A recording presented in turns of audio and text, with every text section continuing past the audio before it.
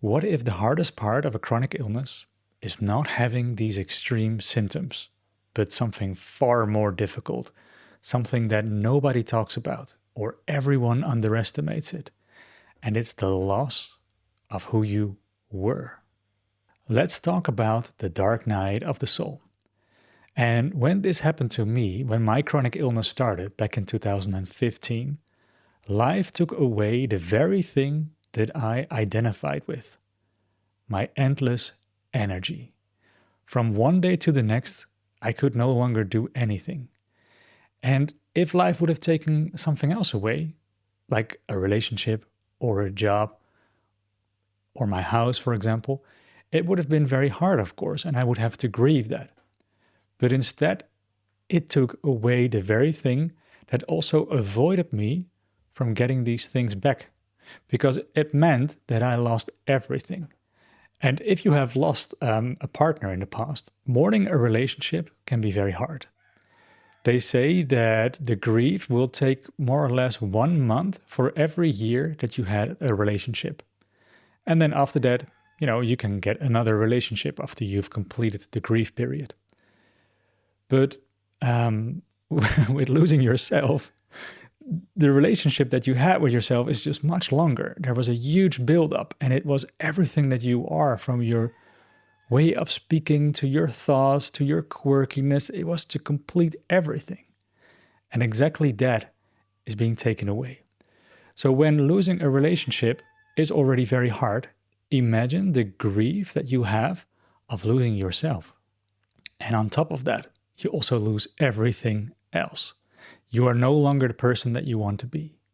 And grief can be very difficult, and it affects almost everything in your life, from your appetite to your sleep to your stress hormones and your health. And that means that a negative cycle is going to start that will make things even worse. Have you ever heard of the 5 stages of processing grief by Kubler-Ross? The first phase is called denial. And since my name, Daniel, is very similar, I must say I am a master at this level. Whenever I lose something, I just deny it. I ignore it. I pretend it doesn't happen. And in my chronic illness journey, that took more or less a year. And the denial was as well a resistance, meaning fight or flight.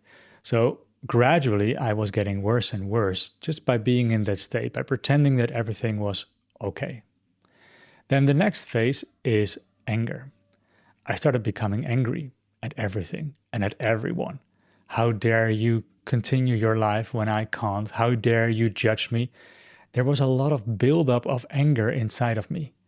And the thing is that the reason that I developed a chronic illness was partially as well because of a huge buildup of suppressed anger in my body. In our society, we are being taught that our emotions and boundaries are not really valid. And therefore, we need to suppress them because society can't handle it. And then we have stored all of this stress in the body in the form of anger. And then the anger of losing your identity will also trigger the old anger, but that will also trigger the fear response in the limbic system of the brain that is creating symptoms, the very symptoms that you already have. That means that these symptoms are being amplified by being in the state of anger. And you know what? If you have programmed yourself that you can't really feel your anger properly, that you just dismiss it, that you ignore it or distract, then you are not even aware of this phase of grief. But your symptoms are amplifying. Phase number 3 is bargaining. This is sort of like trying to make a deal with life. If I do this, then maybe I can get it back. And you go back and forth and you make strategies in the hope to get your old life back. When I started doing this, I started doing a diet, no carbohydrates and all of these things, supplements. And later on, I started pacing, like, can I be the old self a little bit and a little bit? And maybe eventually I can build up and arrive at health. I think it's important to say that most people that are doing anything in their recovery, whether it is brain retraining or our recovery program, usually it comes from this phase, a phase of bargaining and trying to get back their old lives. And you know what? It's still fight or flight. It's still resistance. It's still stress. That means that all of the stages until now are amplifying the symptoms. And at one point, no matter what you are doing, it will no longer work because the buildup of stress in your body will become immense. And that's when you need to give up. But what kind of giving up is that? This phase is called depression. It's apathy. It's hopelessness. It's despair. It's giving up. And that means that all of the emotions that were in your body that were still sort of suppressed by being in the fight or flight response in all those years and in these 3 first phases are coming to the surface now. So you start resting, but your symptoms are not going to improve because all the stress is coming up and the limbic system perceives that as a danger, and you're going to be at rock bottom very, very soon. It's misery. This is hopelessness. This is the dark night of the soul. Because no matter what you're doing, if it's just resting, it doesn't work. If it's fighting, it doesn't work. Nothing works. This is the moment that you're going to realize that you have lost, that there is no going back. And the final phase in this model is finally acceptance. But before we go there, I'd like to tell you that grief is non-linear. And grief can be much more complicated than these 5 steps.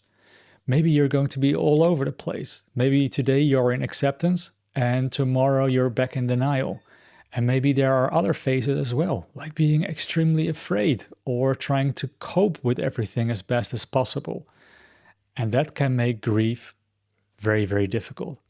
And people underestimate how difficult this can be because it's not a given that you can go through this process. Not everyone will, especially if you don't have the right information and if you desperately want to go back to your old life out of fight or flight, because that is just enhancing the stress. Out of that phase of acceptance, you can try to make sense of everything and see that the person that you were is no longer you. And that also means that you've never been that person, because that was just a temporary phase of your life in which you identified with certain behavior, certain thoughts, certain goals, for example. And none of these goals were actually yours. They were given to you. You adopted them, maybe from your family, maybe from school, maybe from television, from society, or from movies. All of the things that you've chased weren't yours. And ultimately, I think that almost everyone comes to the point where they see that their chronic illness was just a cruel, self-correcting mechanism from life to make people go back towards themselves, to be the person that you already were. Because trying to be anyone different from the one that you are implies stress, and your stress tolerance becomes 0. That means you have no option anymore. You need to become who you already were. And this can be very beautiful. This is also outside of the comfort zone. This can also make you feel afraid. And that fear can temporarily also cause symptoms because the limbic system perceives danger in the emotion of fear. But all of these emotions that are being triggered in this entire process, whether it's fear or anger or guilt or shame, all of these emotions are ultimately as well a part of who you really are. And developing a relationship with your own body's messages, or the messages of your soul, if you want to say it that way, is crucial into living an almost stress-free life. And from that place of being able to live without stress, can you actually increase activity, and you can explore things outside of the comfort zone that make you feel stressed. But then it becomes a healthy stress response, not an unhealthy stress response, because most people spend more than 80% of their lives stuck in the fight or flight response. And that's not a beautiful life. So the life after recovery is going to be much, much better, because you're sort of like, you open up, you get wider, you relax, you can have joy. And I mean, still goes in ups and downs, it's not linear. But the life that is waiting for you on the other side of the rainbow is much more beautiful. And I wish you a beautiful, self-corrected healing journey.